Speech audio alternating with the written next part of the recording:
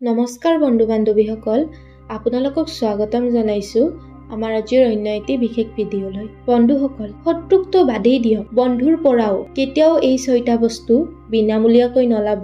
আপোনাক দুখীয়া হ'বলৈ বেছি সময় নালাগিব আৰু ঘৰলৈ আহিব দৰিদ্ৰতা। বন্ধুসকল, বাস্তুশাস্ত্ৰত এনে বহু বস্তুৰ বিষয়ে উল্লেখ আছে যিবোৰ বিনামূলীয়াকৈ লোৱা উচিত নহয়। বাস্তুশাস্ত্ৰৰ মতে কোনবোৰ বস্তু বিনামূলীয়াকৈ ল'ব নালাগে আমাৰ এই ভিডিঅ'টোৰ জৰিয়তে জানো আহক। সনাতন ধৰ্মত বাস্তুশাস্ত্ৰৰ বিশেষ গুৰুত্ব আছে। আমাৰ জীৱনৰ আৰ্থিক অৱস্থা আৰু সুখ সমৃদ্ধি উন্নতিৰ বাবে বাস্তুশাস্ত্ৰত বহুতো গুৰুত্বপূৰ্ণ নিয়ম উল্লেখ আছে আৰু এই নিয়মসমূহ সঠিকভাৱে মানি চলা মানুহৰ জীৱন সুখী হোৱাৰ লগতে ব্যৱসায় আৰু শিক্ষাৰ ক্ষেত্ৰতো অগ্ৰগতি লাভ কৰে।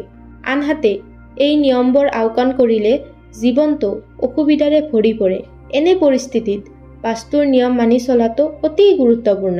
বাস্তুশাস্ত্ৰত এনে কিছুমান বস্তুৰ কথা উল্লেখ আছে যিবোৰ বিনামূলীয়াকৈ কাৰো পৰা ল'ব নালাগে।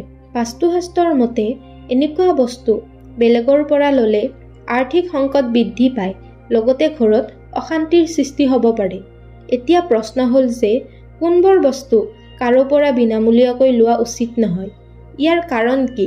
বন্ধুসকল, বাস্তুশাস্ত্ৰৰ মতে আনৰ পৰা ল'ব নলগা বস্তুৰ প্ৰথমবিধ বস্তু হ'ল নিমখ। বাস্তুশাস্ত্ৰত নিমখক শনিৰ সৈতে সম্পৰ্কিত বুলি কোৱা হৈছে। কাৰোবাৰ পৰা বিনামূলীয়াকৈ নিমখ লৈ ব্যৱহাৰ কৰিলে ব্যক্তিজনৰ ওপৰত ঋণৰ বোজা বৃদ্ধি পায় বুলি বিশ্বাস কৰা হয়। আন কাৰোবাৰ পৰা নিমখ লৈ ব্যৱহাৰ কৰিলে আৰ্থিক, মানসিক আৰু শাৰীৰিক অসুবিধাৰ সৃষ্টি হয়। সেয়েহে নিমখ কাৰো পৰা বিনামূলীয়াকৈ নাখাব আৰু আন কাকো নিদিবও।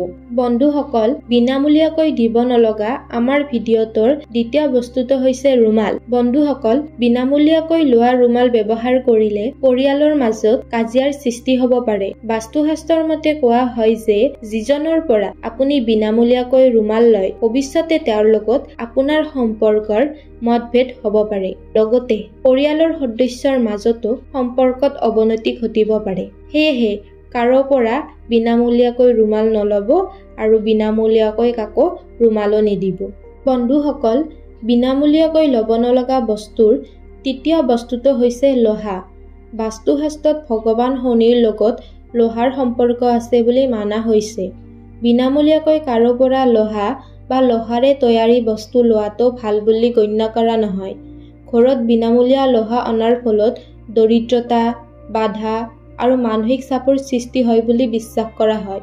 বিনামূলীয়াকৈ পোৱা লোহা ব্যৱহাৰ কৰিলে জীৱনত ইটোৰ পিছত সিটো সমস্যাৰ সৃষ্টি হয়। বন্ধুসকল, আমাৰ চতুৰ্থ বস্তুটো হৈছে কাপোৰ চিলোৱা বেজী। বন্ধুসকল, বিনামূলীয়াকৈ লোৱা বেজী ব্যৱহাৰ কৰিলে বৈবাহিক জীৱন আৰু প্ৰেমৰ সম্পৰ্কত বেয়া প্ৰভাৱ পৰে। বিনামূলীয়া বেজীয়েও আৰ্থিক লোকচানৰ সৃষ্টি কৰে। গতিকে প্ৰয়োজন হ'লে নিজেই বেজী কিনি আনি ব্যৱহাৰ কৰিব। কেতিয়াও আনৰ বেজী ব্যৱহাৰ নকৰিব। বন্ধুসকল, আমাৰ ভিডিঅ'টোৰ পঞ্চম বস্তুটো হৈছে তেল। বাস্তুৰ মতে তেল কাৰো পৰা বিনামূলীয়াকৈ গ্ৰহণ কৰিব নালাগে। এনে কৰিলে আপুনি ডাঙৰ সমস্যাত পৰিব পাৰে, লগতে আৰ্থিক লোকচানো হ'ব পাৰে। বিনামূলীয়াকৈ কাৰোবাৰ তেল ল'লে আপোনাৰ আৰ্থিক অৱস্থাত নকাৰাত্মক প্ৰভাৱ পৰে। আচলতে তেলৰ সম্পৰ্ক শনিদেৱৰ লগত আছে।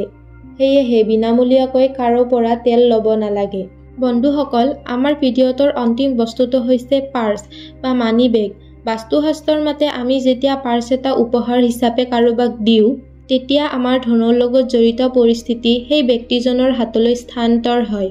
পাৰ্চটোৱে আমাৰ আৰ্থিক অৱস্থাক প্ৰতিনিধিত্ব কৰে। এনে পৰিস্থিতিত যদি আমাৰ আৰ্থিক অৱস্থা ভাল হয় সেই ব্যক্তিজনৰ ওচৰলৈ ভাল আৰ্থিক অৱস্থা স্থানান্তৰ হৈ যায়, আৰু যদি বেয়া হয় তেনেহ'লে তেওঁ আৰ্থিক সমস্যাৰ সন্মুখীন হ'ব লগা হ'ব পাৰে। সেয়েহে বন্ধুসকল, কাকো পাৰ্চ উপহাৰ হিচাপে নিদিব আৰু আপুনিও নল'ব। আশা কৰোঁ ভিডিঅ'টো চাই আপোনালোকে ভাল পালে। যদি ভাল পালে তেনেহ'লে ভিডিঅ'টো এটা লাইক আৰু চেনেলটো ছাবস্ক্ৰাইব কৰিবলৈ নাপাহৰিব। ধন্যবাদ।